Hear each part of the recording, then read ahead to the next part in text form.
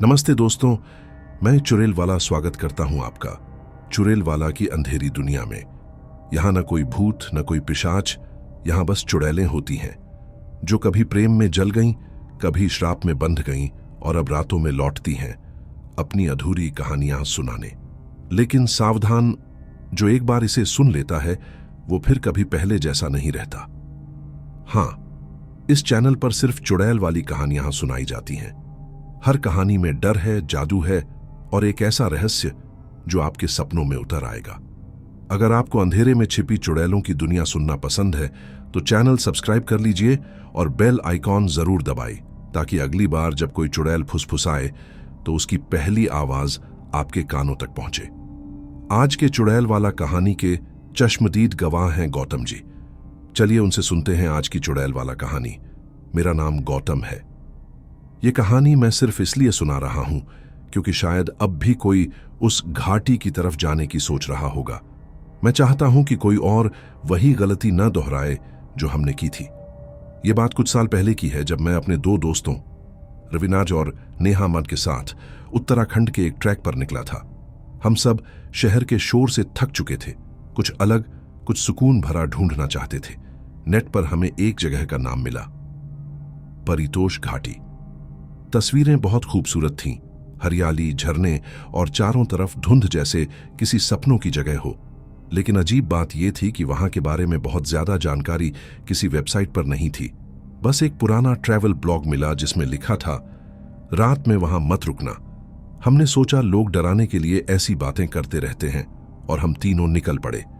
घाटी तक पहुंचने के लिए हमें एक छोटे पहाड़ी गांव से होकर गुजरना था। जब हम पहुंचे तो दोपहर का वक्त था। गांव के बच्चे हमें देखकर भागने लगे और बुजुर्ग चुपचाप हमें देखने लगे। वहां के सरपंच जैसे दिखने वाले एक बूढ़े आदमी ने हमें रोका। उसने पूछा, कहां जा रहे हो बेटा? मैंने मुस्कुराते हुए कहा, परितोष घाटी, बस एक रात रुकेंगे, फिर कल नीचे उतर जाएंगे। बूढ़े की आंखें अचानक बदल गईं। उसने धीमे स्वर में कहा, रात को घाटी में मत रुकना, वहां एक औरत का खून हुआ था, अब वो घाटी उसकी नहीं छोड़ती। रवि ने हंसते हुए कहा, अरे बाबा, हम ट्रेकर हैं, भूतों से नहीं डरते। बूढ़े ने कुछ नहीं कहा, बस दूर घाटी की तरफ देखा और बोला, फिर याद रखना, जब वो बुलाएगी तो पलटकर मत देखना। हमने उसे हंसकर टाल दिया और आगे बढ़ गए। रास्ता सच में खूबसूरत था। घने देवदार के पेड़, नीचे बहती नदी और आसमान में लटकते बादल। लेकिन जैसे जैसे शाम होने लगी, हवा में एक अजीब सी ठंडक आने लगी। वो ठंड सामान्य नहीं थी, जैसे किसी ने जानबूझकर हवा से गर्मी निकाल ली हो। हमने घाटी के किनारे टेंट लगा लिया। रात के करीब 9 बजे थे। आग जल रही थी और हम तीनों चाय पी रहे थे। तभी नेहा ने कहा, तुम्हें किसी के गाने की आवाज आ रही है। मैंने सुना, हां, कहीं दूर से एक धीमी औरत की आवाज गुनगुना रही थी, लेकिन घाटी में तो और कोई नहीं था। रवि बोला, शायद किसी गांव की तरफ से आ रही होगी। बात आई गई हो गई। करीब 1 घंटे बाद जब हम सोने की तैयारी कर रहे थे, अचानक हवा बहुत तेज चलने लगी। टेंट के बाहर पेड़ों की टहनियां टकरा रही थीं। मैंने टॉर्च निकाली और बाहर झांका। धुंध छा गई थी, लेकिन उसी धुंध के बीच थोड़ी दूर किसी सफेद चीज की झलक दिखाई दी। ऐसा लगा जैसे कोई औरत खड़ी हो, पूरी तरह सफेद कपड़ों में और बिल्कुल स्थिर। मैंने रवि को आवाज दी, उधर देखो। वो बोला, कुछ नहीं है, तेरी आंखों का धोखा है। पर मुझे यकीन था कि मैंने किसी को देखा है। मैंने मोबाइल से वीडियो बनाना शुरू किया। जब वापस देखा, वो आकृति गायब थी। हमने रिकॉर्डिंग देखी। स्क्रीन पर बस सफेद धुआं था, जैसे किसी ने कैमरे पर फूंक मार दी हो। उस रात हम में से किसी की नींद पूरी नहीं हुई। बार बार किसी के रोने की आवाज आती रही, कभी पास से कभी दूर से, जैसे कोई किसी से मदद मांग रहा हो। नेहा बहुत डर गई थी, बोली, गौतम चलो नीचे लौट चलते हैं। रवि बोला, अरे पागल मत बन, ये सब जंगल की आवाजें हैं। पर मैं जानता था वो आवाज इंसानी थी। सुबह जैसे तैसे नींद लगी। अगली सुबह जब उठे तो एक और अजीब चीज हुई। मेरे कपड़ों पर हल्के लाल निशान थे, जैसे किसी ने खून से उंगलियां लगाई हों। मैंने सोचा शायद झाड़ी में फंसने से हुआ होगा, लेकिन वहां कोई चोट नहीं थी। रवि मजाक में बोला, लगता है रात को भूतनी ने तुझे प्यार से छुआ है। हम हंसने की कोशिश कर रहे थे, पर अंदर से हम सब थोड़ा असहज थे। तभी गांव की तरफ से एक बूढ़ी औरत आई। वो हमारे टेंट के पास रुकी और बोली, तुम लोग यहां रुके थे रात को? हमने कहा, हां, क्यों? उसने बस सिर हिलाया और बोली, ये घाटी अब किसी की नहीं है बेटा। यहां परितोष की औरत की आत्मा भटकती है। उसका खून इसी जमीन पर हुआ था। जो भी जवान मर्द यहां ठहरता है वो उसे अपना मान लेती है, फिर छोड़ती नहीं। उसकी बात सुनकर हम सब चुप हो गए। वो औरत आगे बोली, जब वो आएगी तो वो पहले धुंध बनकर आती है, फिर गाना गाती है, और जब कोई जवाब देता है तो वो सामने आ जाती है। मैंने कांपती आवाज में पूछा, उसका नाम क्या था? बूढ़ी औरत बोली, अनामिका। उसने हमें चेतावनी दी कि अगर रात को फिर कोई सफेद कपड़ों वाली दिखे तो पलटकर मत देखना। हम सोच में पड़ गए कि आखिर ये सब अंधविश्वास है या कुछ और। दिन में सब कुछ फिर से सामान्य लगने लगा। पेड़, हवा, नदी सब जैसे फिर से जिंदा हो गए थे। लेकिन मेरे मन में वो एक चेहरा घूम रहा था, धुंध में खड़ी सफेद आकृति। शाम होते ही हमने निश्चय किया कि अब नीचे लौट चले, लेकिन घाटी से बाहर निकलने वाला रास्ता कहीं दिख नहीं रहा था, जैसे जंगल ने हमें अपनी गोद में छिपा लिया हो। मैंने नेहा से कहा, जीपीएस ऑन करो, पर नेटवर्क गायब था। रवि चिढ़कर बोला, ये सब बकवास है, चलते रहो। पर चलते चलते हम वहीं लौट आए जहां टेंट लगाया था, वही जगह जैसे किसी ने हमारे कदम पीछे घुमा दिए हों। रात फिर उतर आई। हमने आग जलाई। हवा में अजीब सी सड़न की गंध थी, जैसे कोई जानवर सड़ रहा हो। नेहा बार बार कुछ सुनने की बात कह रही थी, लेकिन हमें कुछ सुनाई नहीं दे रहा था। करीब 12 बजे आग बुझने लगी। तभी मैंने साफ साफ सुना एक औरत की सिसकियां, पास ही कहीं से। मैंने टॉर्च उठाई, रोशनी डाली, और धुंध के पार वही सफेद परछाई दिखाई दी। वो धीरे धीरे हमारी तरफ बढ़ रही थी, चेहरा धुंध से ढका हुआ। उसकी चाल बहुत धीमी थी, लेकिन हर कदम के साथ हवा और ठंडी होती जा रही थी। मैंने रवि से कहा, कुछ बोलो मत। पर रवि अचानक चिल्ला पड़ा, कौन है वहां? आवाज घाटी में गूंज गई। उस परछाई ने रुककर हमारी तरफ देखा। धुंध थोड़ी हटी और हमें उसकी आंखें दिखीं, पूरी तरह सफेद, बिना पुतलियों के, बस खाली। और फिर सब कुछ शांत हो गया। कोई हवा नहीं, कोई आवाज नहीं, बस सन्नाटा। अगले ही पल हमारे पीछे किसी के चलने की आवाज आई। हमने पलटकर देखा, कोई नहीं था, लेकिन टेंट के पीछे मिट्टी पर किसी के नंगे पैरों के निशान थे, ताजा, और वो निशान हमारी तरफ आ रहे थे। मैंने धीरे से कहा, रवि, नेहा, टॉर्च मत बंद करना। तभी मेरे कान के पास किसी ने बहुत धीरे से कहा, गौतम। मैंने झटके से पीछे देखा, कोई नहीं, बस हवा थी। उस रात हम तीनों एक दूसरे से सटे बैठे रहे। कोई सोया नहीं। हर थोड़ी देर में लगता जैसे कोई हमारे टेंट के चारों ओर घूम रहा हो। सुबह जब पहली रोशनी घाटी में पड़ी, हम बिना कुछ बोले नीचे उतरने लगे। पीछे मुड़कर नहीं देखा। पर जब गांव पहुंचे तो वो बूढ़ा सरपंच दरवाजे पर ही खड़ा था। उसने बस इतना कहा, अब वो तुम्हें पहचान चुकी है। उसकी बात का मतलब तब नहीं समझ आया, लेकिन अब समझता हूं। परितोष घाटी में जो दिखता है वो हमेशा इंसान नहीं होता। उस दिन घाटी से नीचे लौटते वक्त मेरे अंदर कुछ बदल गया था। हवा अब भी ठंडी थी, लेकिन जैसे वो ठंड मेरे अंदर उतर चुकी थी। हम तीनों, मैं, रवि और नेहा, गांव पहुंचे तो सब हमें अजीब निगाहों से देख रहे थे। शायद उन्होंने हमारे चेहरों पर डर पढ़ लिया था। बूढ़ा सरपंच, जिसने पहले चेतावनी दी थी, चुपचाप हमारे पास आया और बोला, अब मत रुकना, यहां सीधे नीचे उतर जाओ। पर नेहा थकी हुई थी, उसके कदम लड़खड़ा रहे थे। वो बार बार कह रही थी कि उसका सिर भारी लग रहा है, और रात भर उसे किसी औरत की हंसी सुनाई देती रही थी। हमने सोचा थोड़ा आराम कर लेते हैं, फिर निकलेंगे। गांव के किनारे एक पुराना लकड़ी का घर मिला, जहां रात रुकने की इजाजत मिल गई। वहां की औरत ने हमें खाना दिया और कहा, दरवाजे अच्छे से बंद कर लेना बेटा, रात में हवा नहीं, कुछ और घूमता है। उसके लहजे में ऐसी ठंडक थी कि मेरे रोंगटे खड़े हो गए। हम सब बस एक दूसरे की तरफ देखते रहे। खाना खाकर हमने दरवाजा अंदर से बंद किया और चारपाई पर लेट गए। कमरे में एक पुराना आईना टंगा था, धुंधला, टूटा हुआ, और उसके नीचे जलती दिया लौ बार बार झिलमिलाकर बुझने जैसी हो जाती थी। आधी रात के करीब मुझे किसी के चलने की आवाज आई। लकड़ी के फर्श पर धीमे धीमे कदम। मैंने सोचा शायद नेहा बाथरूम जा रही होगी। पर जब देखा, नेहा तो मेरी बगल में ही लेटी थी और रवि भी। आवाज फिर आई, इस बार ठीक दरवाजे के पास। मैंने टॉर्च उठाई और धीरे से उस तरफ रोशनी डाली। दरवाजा बंद था, पर दरवाजे के नीचे से किसी के पैर की परछाई दिखी, नंगे पैर। कुछ सेकंड के लिए वो रुकी रही, फिर धीरे धीरे चलकर गायब हो गई। मैं समझ नहीं पा रहा था कि वो सपना था या हकीकत। फिर अचानक आईने में कुछ हिला, जैसे कोई पीछे से गुजरा हो। मैं मुड़ा, लेकिन पीछे कोई नहीं था, और तभी दिया बुझ गया। सुबह जब आंख खुली तो कमरा फिर वैसा ही लग रहा था, जैसे कुछ हुआ ही ना हो। रवि मजाक उड़ाते हुए बोला, गौतम, तू ज्यादा हॉरर फिल्में देखता है। लेकिन नेहा कुछ नहीं बोल रही थी। उसका चेहरा पीला पड़ गया था, आंखों के नीचे नीले निशान थे। मैंने पूछा, ठीक हो? वो धीरे से बोली, रात को किसी ने मेरे कान में कहा, तू यहां क्यों आई है? उसकी आवाज इतनी कांप रही थी कि मेरे अंदर तक सिहरन दौड़ गई। रवि हंसा, पर उसकी हंसी में भी अब डर झलकने लगा था।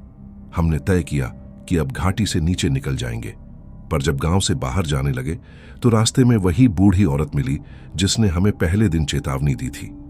उसने हमें देखा और बोली, अब लौट नहीं सकते बेटा, वो तुम्हें पहचान चुकी है। मैंने घबरा कर पूछा, कौन? वो बोली, वही परितोष की औरत। उसका नाम अनामिका था। उसका खून यहीं हुआ था। कहते हैं उसने अपने पति से बदला लेने की कसम खाई थी। अब जो भी जवान मर्द घाटी में आता है वो उसे अपना मान लेती है, और जो नहीं मानता उसे हमेशा के लिए घाटी में रोक लेती है। उसकी बातें अंधविश्वास जैसी लग रही थीं, लेकिन जो हम झेल चुके थे वो सब अब मजाक नहीं लग रहा था। उसने हमें एक पुराने मंदिर की ओर इशारा किया और कहा, अगर बचना चाहते हो तो वहां जाकर देवी से प्रार्थना करो। हम तीनों मंदिर की तरफ बढ़े।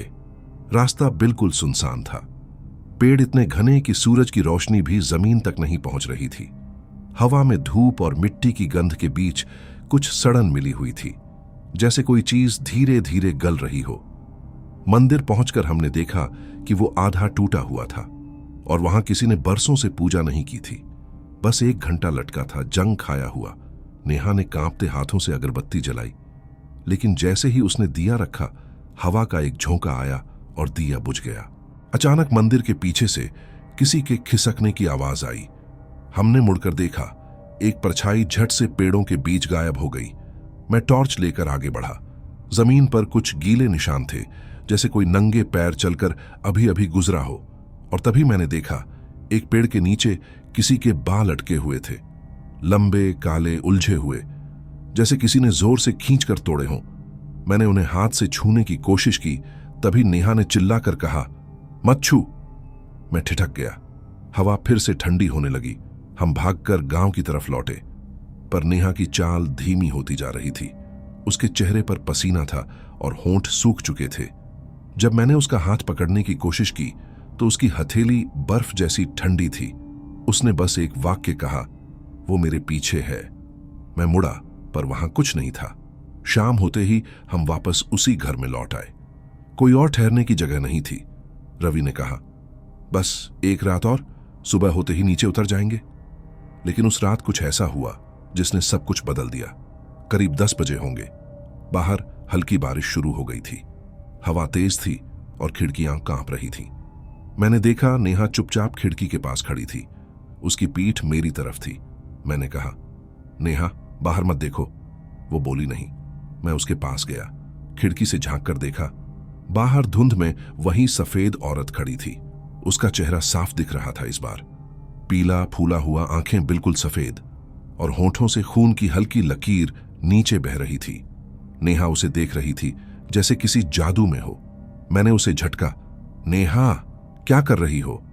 वो पलटी, और उसकी आंखें भी कुछ पल के लिए वैसी ही लग रही थीं, बिना पुतलियों की, सफेद। मैंने पीछे हटते हुए कहा, रवि, कुछ करो। रवि दौड़कर आया, लेकिन उसी समय खिड़की अपने आप खुल गई। हवा का तेज झोंका अंदर घुसा और दिया बुझ गया। सब कुछ अंधेरे में डूब गया। मुझे बस इतना याद है कि उस पल कमरे में एक और मौजूदगी थी। किसी ने मेरे कंधे पर हाथ रखा, ठंडा, नमी से भरा हुआ। मैं जड़ हो गया। उस हाथ ने धीरे से मेरे कान के पास आकर कहा, गौतम। मैंने टॉर्च ऑन की। पर वहां कोई नहीं था। रवि जमीन पर गिरा पड़ा था बेहोश, और नेहा खिड़की के पास नहीं थी। हम बाहर भागे। धुंध इतनी गहरी थी कि कुछ दिखाई नहीं दे रहा था। मैंने नेहा का नाम पुकारा बार बार, पर कोई जवाब नहीं आया। सिर्फ वही आवाज, किसी औरत की हंसी, धीमी, डरावनी और करीब आती हुई। हम वापस घर के अंदर लौटे, दरवाजा बंद किया। रवि होश में आया तो बोला, वो मेरे पीछे थी। उसकी आवाज कांप रही थी।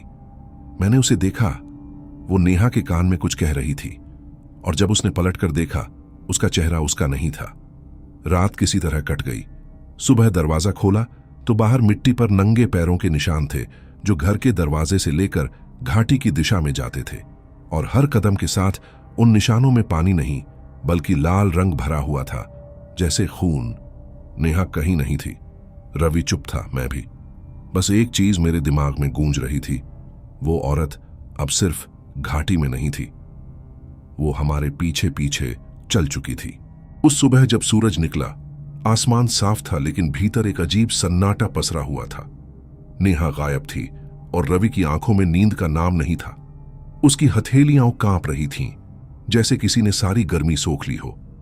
मैं बार बार घाटी की दिशा में देख रहा था। वहां बस धुंध थी, सफेद और स्थिर। रात की वो आवाजें, वो कदम, वो फुसफुसाहटें अब भी मेरे कानों में गूंज रही थीं। रवि बोला, हमें नीचे उतर जाना चाहिए, पुलिस को बुलाना होगा।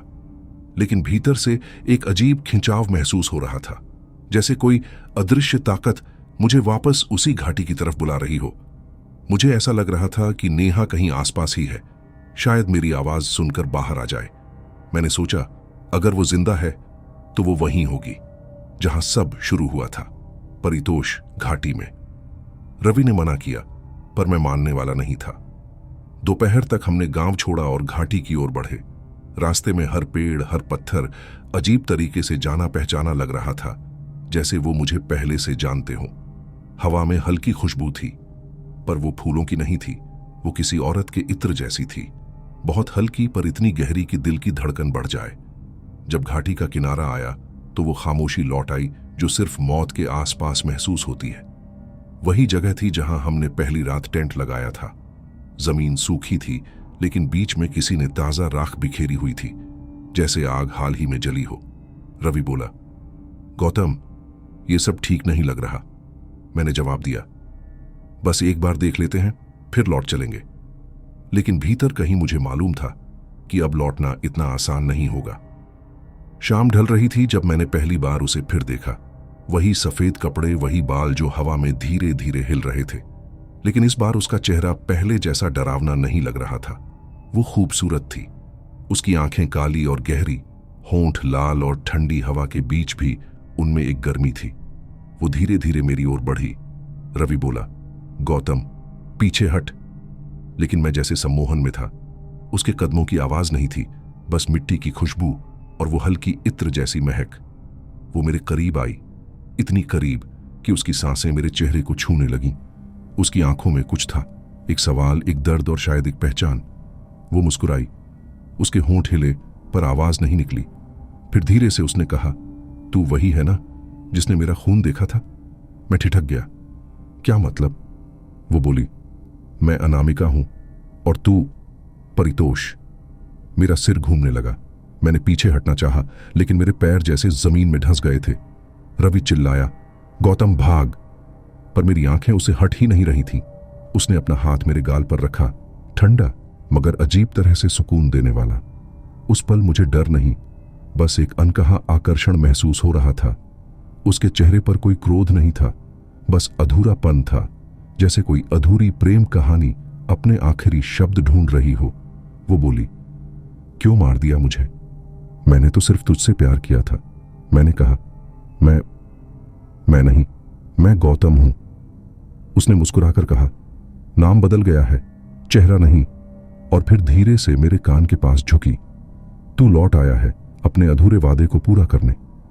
रवि ने उसका नाम लेकर कुछ कहा, लेकिन तभी हवा का झोंका आया और वो औरत धुंध में घुल गई। मैं गिर पड़ा। सब कुछ घूमने लगा। मुझे बस रवि की चीख सुनाई दी, गौतम, पीछे देखो। जब आंखें खोली, मैं अकेला था। रवि गायब था। घाटी पूरी तरह शांत थी। हवा भी जैसे रुक गई थी। मैंने कैमरा निकाला, शायद कुछ रिकॉर्ड हुआ हो। स्क्रीन पर बस झिलमिलाती परछाइयां थीं। फिर कुछ सेकंड के लिए एक फ्रेम स्थिर हुआ। उसमें रवि दिख रहा था, मेरे पीछे खड़ा हुआ, लेकिन उसके पीछे वही सफेद औरत थी।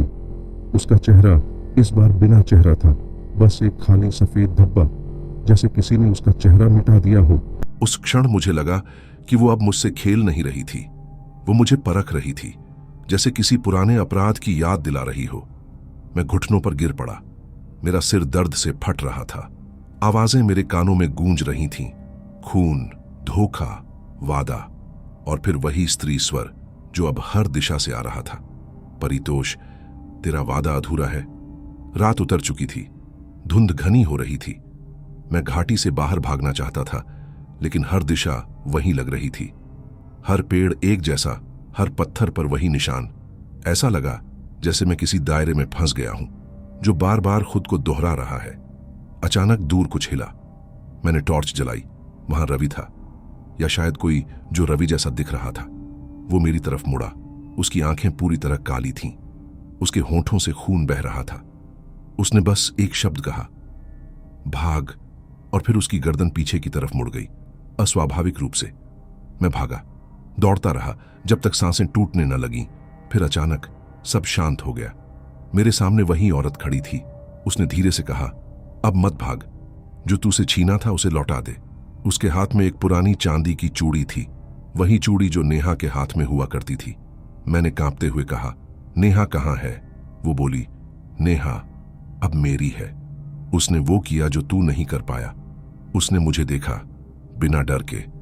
मेरे पैर फिर से थम गए। उसके शब्दों में एक नशा था।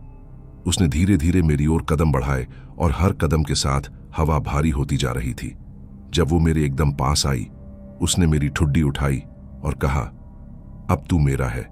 उसके होंठ मेरे होंठों के करीब आए, लेकिन जैसे ही उसने मुझे छुआ, एक ठंडी लहर मेरी नसों में दौड़ गई। मेरी आंखों के सामने अंधेरा छा गया।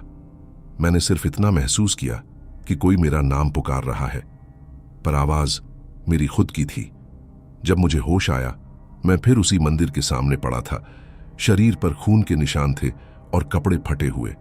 कैमरा पास में पड़ा था, स्क्रीन टूटी हुई। मैंने उसे उठाया और चालू किया। रिकॉर्डिंग चालू थी। स्क्रीन पर मैं खुद था, पर मैं हंस रहा था, अकेला, अंधेरे में, घाटी के बीचों बीच खड़ा हुआ, जैसे किसी से बातें कर रहा हूं, पर वहां कोई नहीं था। मेरी आवाज वीडियो में गूंज रही थी, अनामिका, मैं लौट आया हूं। इस बार कोई जुदाई नहीं होगी। स्क्रीन काली हो गई। मैं वहीं बैठा रहा, ठंडी जमीन पर, और मुझे एहसास हुआ वो अब मेरे बाहर नहीं थी, वो मेरे अंदर आ चुकी थी। उस दिन के बाद मुझे रवि नहीं मिला, नेहा की भी कोई खबर नहीं। पर जब कभी मैं रात को अकेला होता हूं और हवा में वही इत्र की महक फैलती है, तो किसी की फुसफुसाहट कानों में आती है, परितोष, अब अधूरापन नहीं रहेगा। और मैं डर कर आईने से नजरें हटा लेता हूं, क्योंकि कई बार उस आईने में मेरी परछाई मुस्कुरा रही होती है, लेकिन वो मुस्कुराहट मेरी नहीं होती। उस रात के बाद मैं फिर कभी पहले जैसा नहीं रहा। घाटी से लौट आने के बावजूद हर शाम मुझे वही महक महसूस होती थी, वही इत्र जैसी खुशबू, वही धीमी आवाज जो मेरा नाम पुकारती थी। मैं शहर लौट आया था, पर जो मेरे साथ घाटी में हुआ वो सिर्फ याद नहीं था, जैसे वो अब भी मेरे आसपास सांस ले रहा हो। रवि लापता था, नेहा कहीं नहीं मिली। पुलिस ने केस बंद कर दिया, कहा कि शायद हम रास्ता भटक गए थे और बाकी दोनों जंगल में खो गए। पर मैं जानता था वो सच्चाई नहीं थी। हर रात जब मैं सोता, मुझे वही सफेद कपड़े वाली औरत सपनों में दिखती, पहले दूर से फिर धीरे धीरे पास आती, और हर बार जब वो मेरे चेहरे के करीब आती, मैं झटके से जाग जाता। उस रात भी ऐसा ही हुआ, लेकिन फर्क इतना था कि जब मैं जागा तो खिड़की के बाहर वहीं खड़ी थी, बिल्कुल वैसी जैसी घाटी में थी। उसकी आंखें सफेद थीं और मुस्कुराहट उतनी ही ठंडी। मैंने चिल्लाने की कोशिश की, पर गले से आवाज नहीं निकली। उसने बस होंठ हिलाए, बिना आवाज के कहा, वापस आ। अगली सुबह मैंने बिना किसी को बताए फिर से उसी घाटी की तरफ निकलने का फैसला किया। शायद ये पागलपन था, लेकिन मैं जानता था कि जब तक मैं वहां वापस नहीं जाऊंगा, ये सिलसिला खत्म नहीं होगा। रास्ते में मुझे वो बूढ़ा सरपंच फिर मिला। उसने मुझे देखकर आंखें नीची कर लीं और कहा, तू लौट क्यों आया? अब देर हो चुकी है। मैंने उससे पूछा, नेहा और रवि कहाँ हैं? वो बस बोला, जो घाटी बुलाती है वो वापस नहीं आते। फिर उसने मेरे हाथ में एक लाल धागा बांध दिया और कहा, जब हवा रुक जाए तब भाग जाना, क्योंकि जब हवा रुकती है वो आती है। मैंने कोई जवाब नहीं दिया और चल पड़ा। जैसे जैसे मैं घाटी के करीब पहुंचा, हवा का तापमान गिरता गया, पक्षियों की आवाजें बंद हो गईं। बस मेरे कदमों की आहट थी। वही रास्ता, वही पेड़, वही मिट्टी, सब वैसा ही था। बस अब वो जिंदा नहीं लग रहे थे, जैसे सब किसी डर के नीचे सो गए हों। जब मैं घाटी के बीच पहुंचा तो सामने वही पुराना मंदिर दिखा। उसकी दीवारों पर अब ताजा खून के निशान थे, जैसे किसी ने हाल ही में वहां बलि दी हो। मैं कांप उठा।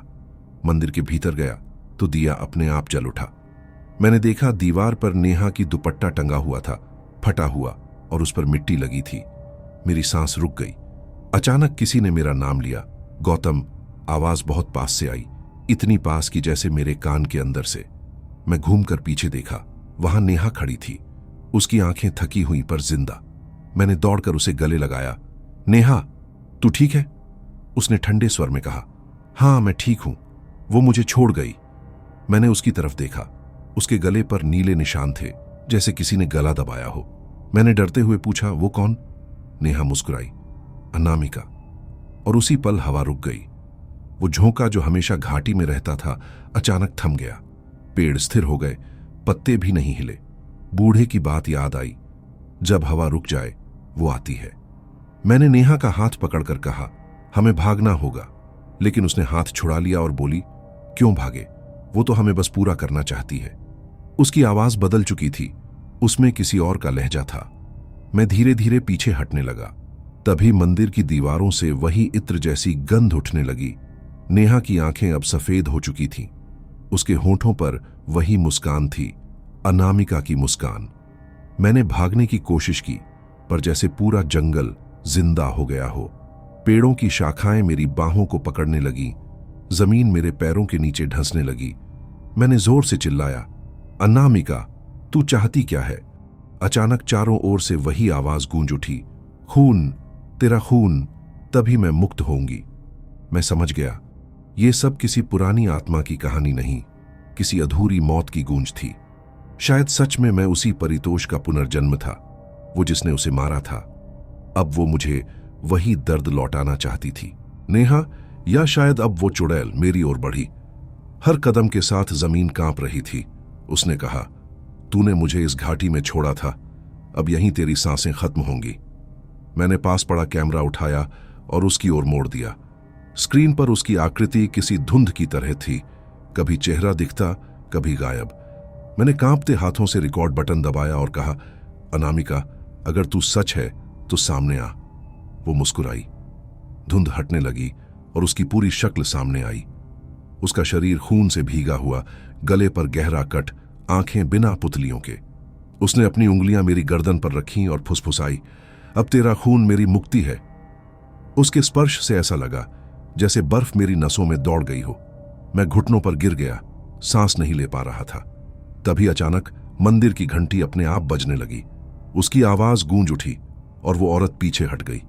उसकी चीख इतनी तेज थी कि पेड़ों की पत्तियां झरने लगीं। नेहा जमीन पर गिर पड़ी, बेहोश। मैंने उसे उठाया और भागने लगा। पीछे से वही चीखें पीछा करती रहीं। जंगल अब जलने लगा था। धुंध के बीच आग की लपटें उठीं, लेकिन वो ठंडी आग थी जिससे जलन नहीं, बस दर्द होता है। हम भागते रहे जब तक घाटी की सीमा नहीं दिखी। वहां पहुंचकर मैंने नेहा को जमीन पर रखा। वो धीरे से आंखें खोली और बोली, वो वापस नहीं जाएगी जब तक तू खुद। उसकी आवाज टूट गई। अचानक उसके चेहरे पर वही सफेद चमक लौट आई। उसने मेरी गर्दन पकड़ ली। उसकी उंगलियां बर्फ जैसी थीं। वो तुझ में है अब, उसने कहा। अब तू उसे रोक नहीं सकता। मैं उसकी पकड़ से छूटकर पीछे हट गया, पर तभी वो अचानक शांत हो गई, जैसे कुछ उसके अंदर से निकल गया हो। मैंने देखा उसके शरीर से धुआं उठ रहा था और वो धुआं मेरी तरफ बढ़ा। वो धुआं धीरे धीरे मेरी छाती में समा गया। मुझे लगा जैसे कोई मेरा दिल निचोड़ रहा हो। मेरी आंखों के सामने अंधेरा छाने लगा। दूर मंदिर की घंटी एक बार फिर बजी, फिर सब शांत। जब होश आया, मैं घाटी के बाहर पड़ा था। सूरज उग चुका था और सब सामान्य लग रहा था। नेहा कहीं नहीं थी। मैंने अपने हाथों की तरफ देखा। मेरी हथेलियां खून से लाल थीं। कैमरा पास में पड़ा था। मैंने उसे उठाया और ऑन किया। स्क्रीन पर कुछ देर ब्लर दिखा, फिर साफ हुआ। वीडियो में मैं खुद था, मंदिर के बीचों बीच खड़ा, और मेरे पीछे वही चुड़ैल थी। वो मुस्कुरा रही थी और मैं हंस रहा था। दोनों की हंसी एक जैसी थी। मैंने कैमरा फेंक दिया। तभी हवा फिर से थम गई। किसी ने कान के पास धीरे से कहा, अब तेरा खून मेरा नहीं, मेरा खून तेरा है। उसके बाद सब काला हो गया। जब आंखें खुली, मैं शहर के अस्पताल में था। किसी ने बताया कि मुझे जंगल के किनारे बेहोश पाया गया। पुलिस को वहां कुछ नहीं मिला, न नेहा, न रवि, न कोई और निशान। सिर्फ मेरी कैमरा रिकॉर्डिंग और मंदिर की दीवार पर लिखा एक वाक्य, हर साल जब हवा रुकती है मैं लौट आती हूं। मैं अब भी नहीं जानता कि वो रात सपना थी या हकीकत, लेकिन जब भी हवा अचानक थम जाती है, मुझे अपने कानों में वही स्वर सुनाई देता है, परितोष, अगली रात फिर खून बहेगा। मैं अब भी जिंदा हूं, लेकिन मुझे नहीं पता किस हद तक। उस रात के बाद मेरी जिंदगी किसी और की हो गई। मैं आईने में खुद को देखता हूं, पर जो चेहरा दिखता है वो मेरा नहीं लगता। आंखों के नीचे नीला साया, होठों पर हल्की मुस्कान जो खुद ब खुद उभर जाती है, और जब मैं सोने की कोशिश करता हूं तो हवा अपने आप थम जाती है। शहर में लौटने के बाद सब कुछ सामान्य दिखता था, काम, लोग, सड़कें, पर मेरे अंदर कुछ बदल गया था। रात को बिस्तर के पास बैठी किसी और की परछाई दिखती, जो कभी हिलती नहीं, बस देखती रहती। मैंने डॉक्टरों से बात की। उन्होंने कहा, पोस्ट ट्रॉमेटिक है, भ्रम है। लेकिन वो भ्रम नहीं था। हर रात 3 बजते ही मेरी खिड़की अपने आप खुल जाती और वही इत्र की खुशबू कमरे में भर जाती। वो खुशबू जिसे मैं भूल नहीं सकता, अनामिका की। एक रात मैंने तय किया कि मैं इसे खत्म कर दूंगा। मैं फिर से परितोष घाटी जाऊंगा। ये डर अब मेरे अंदर है, और अगर इसे मिटाना है तो वहीं से शुरू करना होगा जहां से ये सब शुरू हुआ। मैंने कैमरा उठाया, वही जो मैंने घाटी में छोड़ा था। अब भी मेरे पास था, पूरी तरह सही। लेकिन जब मैंने प्ले किया तो उसमें सिर्फ एक फ्रेम था, मैं मंदिर के सामने, और पीछे लिखा था, मैं अधूरी नहीं, तू अधूरा है। मेरा खून जम गया। मैंने कैमरा बंद किया और निकल पड़ा। रास्ते में हवा फिर से वहीं पुरानी हो गई, ठंडी, भारी, और हर कदम पर किसी के साथ चलने का एहसास, जैसे कोई मेरे पीछे पीछे चल रहा हो। मैंने पीछे मुड़कर देखा, कोई नहीं, लेकिन कदमों की आहट जारी थी। घाटी पहुंचने पर सब वैसा ही लगा, बस अब वहां एक अजीब सन्नाटा था। पेड़ झुके हुए, जैसे किसी गहरे शोक में हो। मंदिर के पास गया, देखा, अब वो पूरी तरह टूटा हुआ था, लेकिन भीतर अब भी दिया जल रहा था, बिना हवा के, बिना तेल के। मैंने दिया के पास जाकर कहा, अनामिका, मैं लौट आया हूं। कोई जवाब नहीं आया। बस अचानक दिया की लौ नीली हो गई, फिर हवा रुक गई। उस पल मुझे पता था वो आ गई है। पीछे से वही आवाज आई, तूने वादा किया था कि लौटेगा। मैं मुड़ा, वहां वो खड़ी थी, पहले जैसी नहीं, अब और साफ और जिंदा लग रही थी।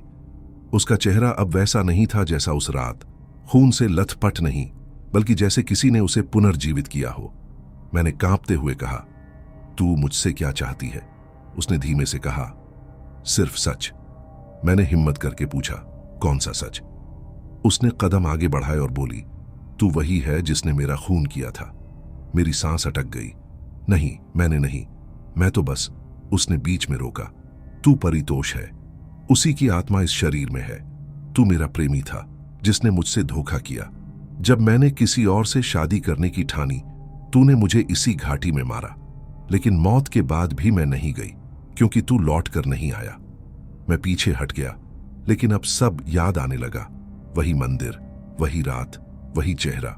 मेरे दिमाग में जैसे पुरानी यादें खुलने लगीं। एक और जिंदगी, 100 साल पहले की, जब मैं सच में परितोष था। मैंने उसे प्यार किया था, पर अपनी जिद और पागलपन में उसका गला घोंट दिया था, इसी घाटी में। वो चीखती रही, परितोष, मुझे मत मार। और मैंने उसकी आंखों में देखते हुए कहा था, अगर तू मेरी नहीं तो किसी की नहीं। उसके बाद उसने जो श्राप दिया था वही अब मेरे गले में फंसा था। हर जन्म में जब तू मुझे देखेगा मैं तेरा खून मांगूंगी। मैं कांप उठा। अगर ये सच है, मैंने कहा, तो मैं इसे खत्म करना चाहता हूं। तू मुक्त हो जा। अनामिका मुस्कुराई। मुक्ति तेरे मरने से नहीं, तेरे पछतावे से होगी। उसने मेरी तरफ हाथ बढ़ाया। उसकी हथेली अब गर्म थी। उसने कहा, जिस खून से तूने मुझे मारा उसी खून से आज तू मुझे जीवित कर। मैंने चाकू उठाया जो मंदिर की मूर्ति के पास रखा था, वही पुराना जंग लगा हुआ।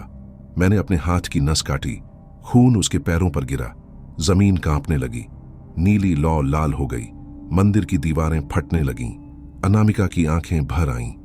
उसने कहा, अब मैं जा रही हूं, पर तू। मैं दर्द में झुक गया। उसने मेरे माथे पर हाथ रखा। तू अब अधूरा नहीं रहेगा, तू मेरा सच लेकर जिएगा। जैसे ही उसने ये कहा, वो धीरे धीरे धुंध में बदलने लगी। उसकी परछाई उठी, आकाश की ओर गई और एक पल में गायब हो गई। सब शांत हो गया। हवा वापस चलने लगी। पेड़ों ने जैसे राहत की सांस ली। मैं वहीं गिर पड़ा, खून से लथपथ, पर भीतर एक अजीब सुकून था। मुझे लगा सब खत्म हो गया, लेकिन तभी जमीन से आवाज आई, गौतम। मैंने डर कर देखा। मंदिर की दीवार पर ताजा खून से लिखा था, हर पाप की कीमत अगले जन्म में। मैंने मुश्किल से उठकर घाटी से बाहर निकलने की कोशिश की।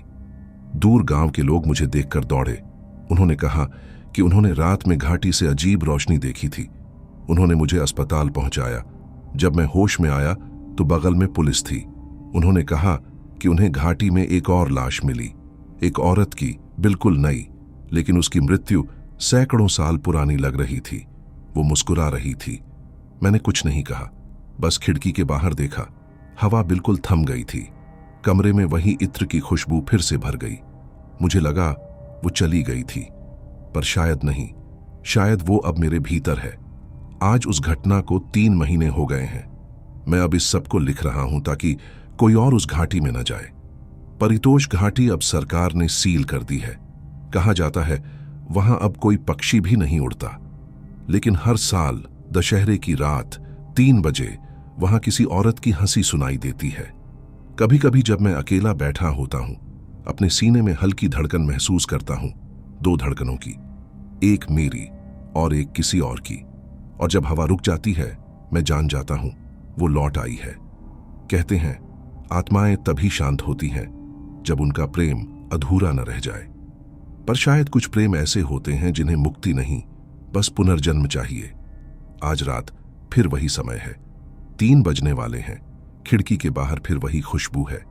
आईने में देखता हूं, पीछे कोई खड़ी है, सफेद कपड़ों में, मुस्कुराती हुई, और उसके होंठ हिल रहे हैं, बिना आवाज के कह रहे हैं, परितोष, इस बार अधूरा न छोड़ना।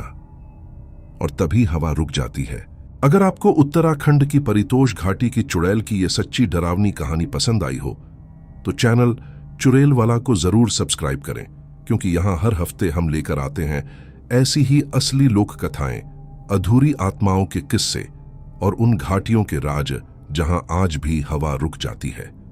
वीडियो को लाइक, कमेंट और शेयर करना मत भूलिएगा, ताकि अगली बार जब मैं चुड़ैल वाला, किसी और भटकी हुई आत्मा या खोए हुए प्रेम की बात करूं तो आप सबसे पहले सुने। तब तक के लिए अंधेरे से सावधान रहिए, क्योंकि अगली रात हवा फिर रुक सकती है।